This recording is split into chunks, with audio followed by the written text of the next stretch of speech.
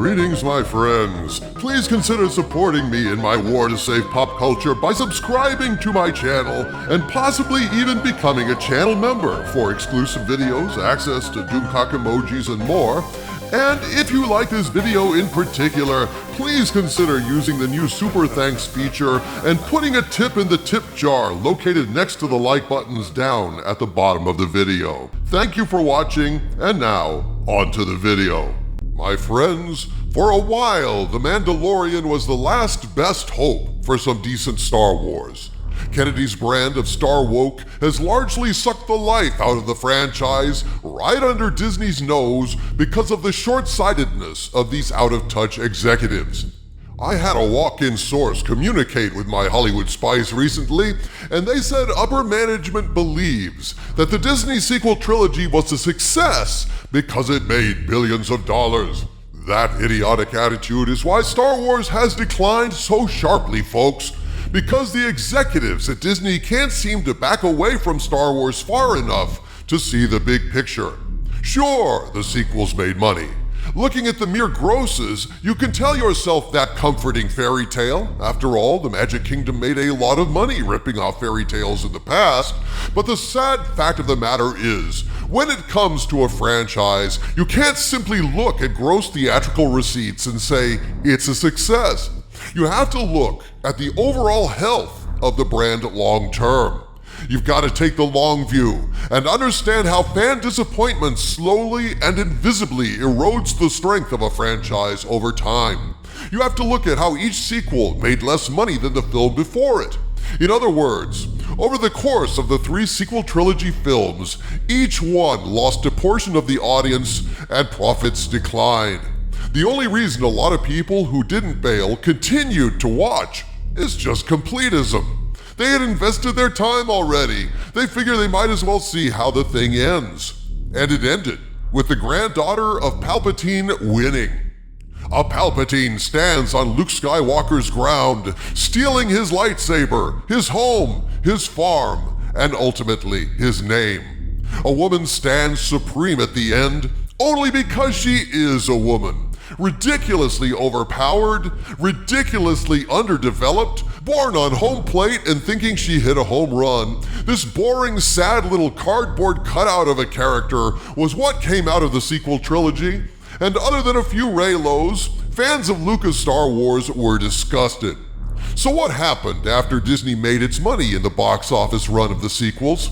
Decline. Solo came after that, and it actually lost money. This is a fact.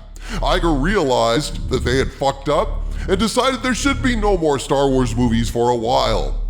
Meanwhile, the seeds of the damage were planted. Toy sales declined as sequel trilogy characters filled the bargain bins. The American public began to turn its back on Disney in terms of brand approval. The Star Wars Galactic Star Cruiser Hotel has been such a failure, they've had to regularly cancel booking dates and finally cut back how many days a week they were operating.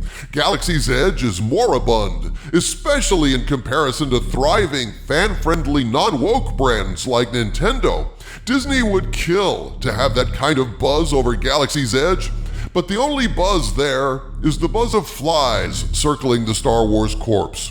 Here lies Star Wars, felled by executives who had no idea how to cultivate fan loyalty and had no idea how important the fans were. Former fans turned away in disgust at the garbage that was Book of Boba Fett and Obi-Wan Kenobi. After those massive failures on Disney+, fans were ready to give The Mandalorian one more chance in Season 3.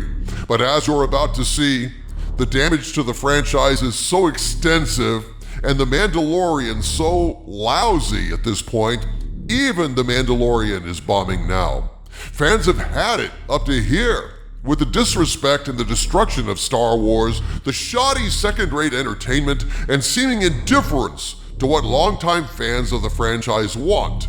And that is reflected in what a source is saying is a ratings death spiral for The Mandalorian.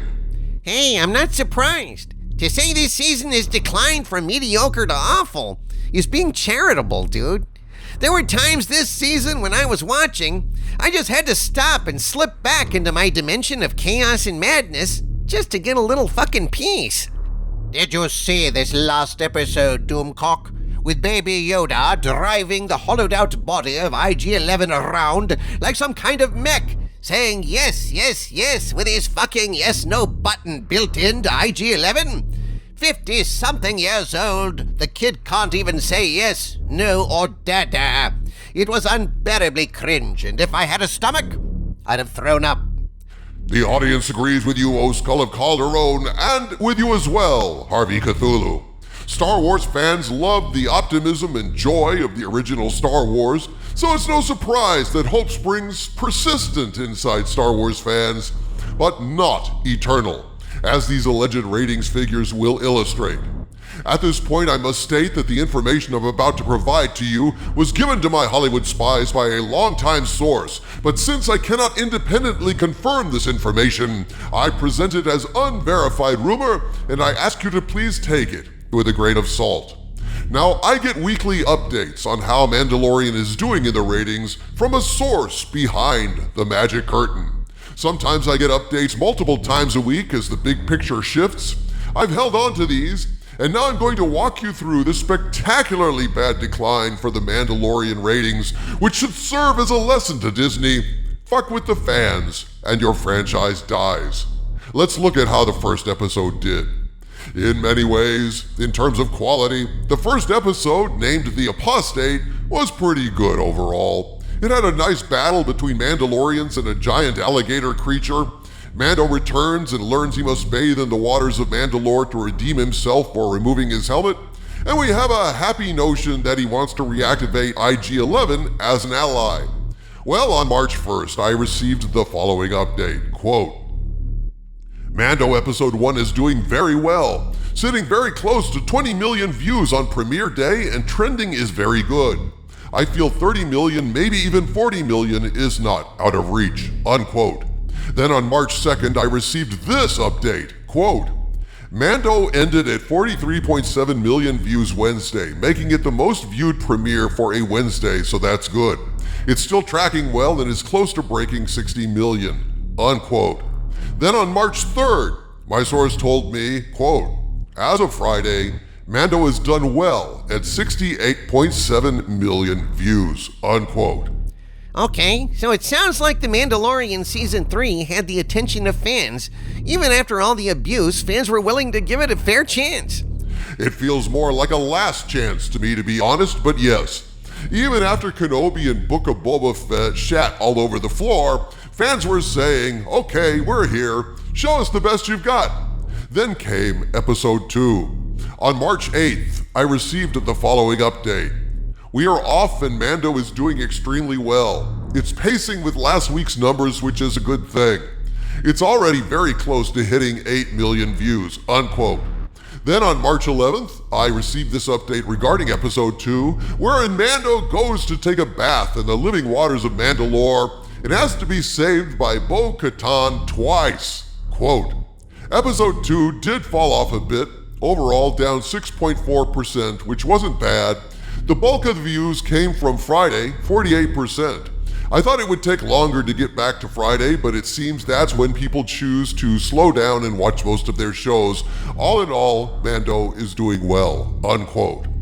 And then we come to Episode 3, a horrible episode that infuriated a lot of fans with a lengthy digression and a nasty take on the New Republic that has them essentially reprogramming a former Empire doctor with some mind-control zappy device, and then an Imperial agent rips details of his clone research right out of his mind. Send in the clones. Oh, I have a bad feeling about this. They're cloning Palpatine or Snoke, and that means sequel trilogy. Here we come. Which also means sequel trilogy. Goodbye to fans, myself included. On March 17th, I received the following update about Mando Episode 3, quote, This may be the single worst drop I've ever seen. It's potentially worse than She-Hulk, unquote. Bear in mind, this was the week following Bo-Katan saving Mando twice, and essentially taking his place as the star of the show. That did not go down well with fans. That last communique was all my source told me about Episode 3. I suppose Imperial patrols made it too hot for this agent to risk a communication burst. Then, on March 23rd, I got this update regarding Episode 4.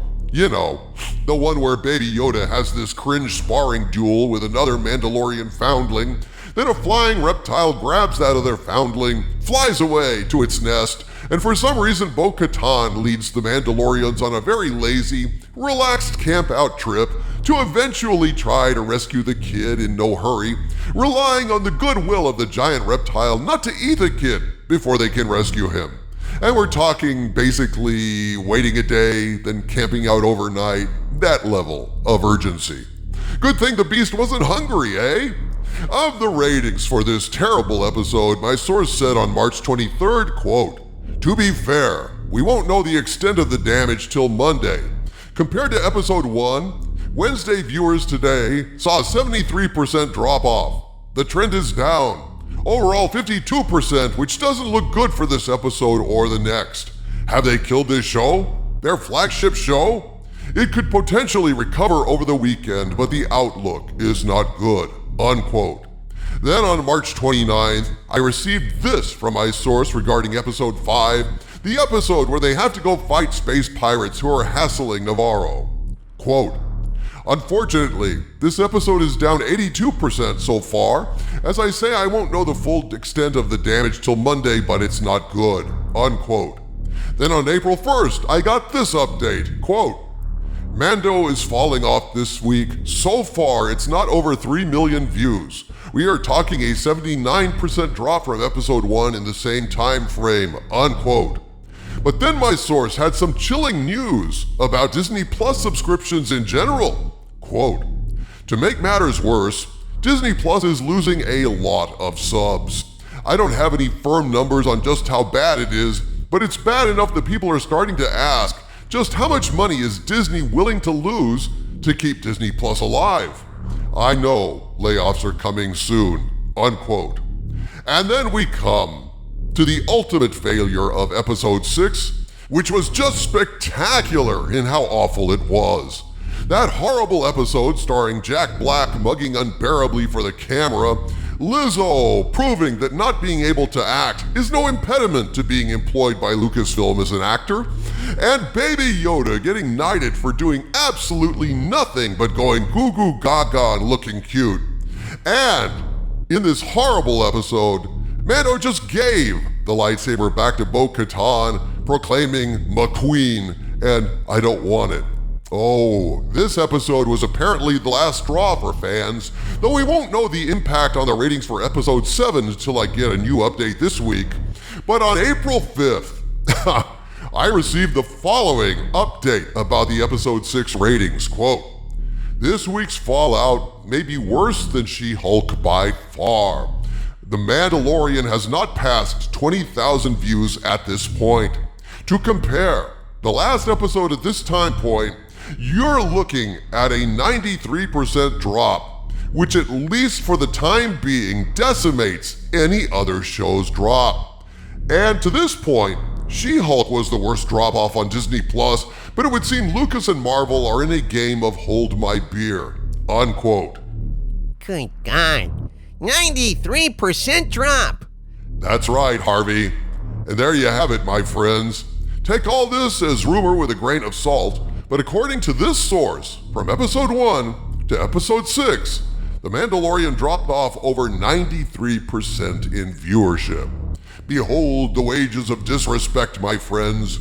We know that Favreau and Filoni can do outstanding work.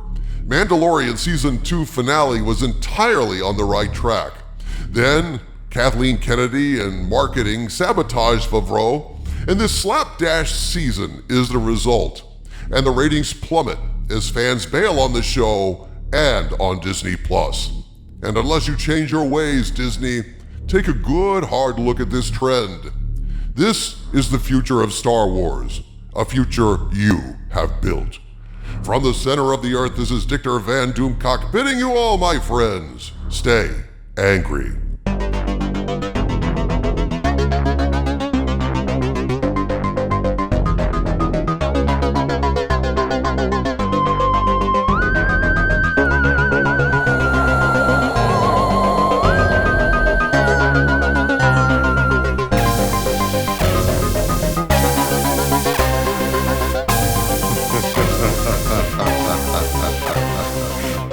ha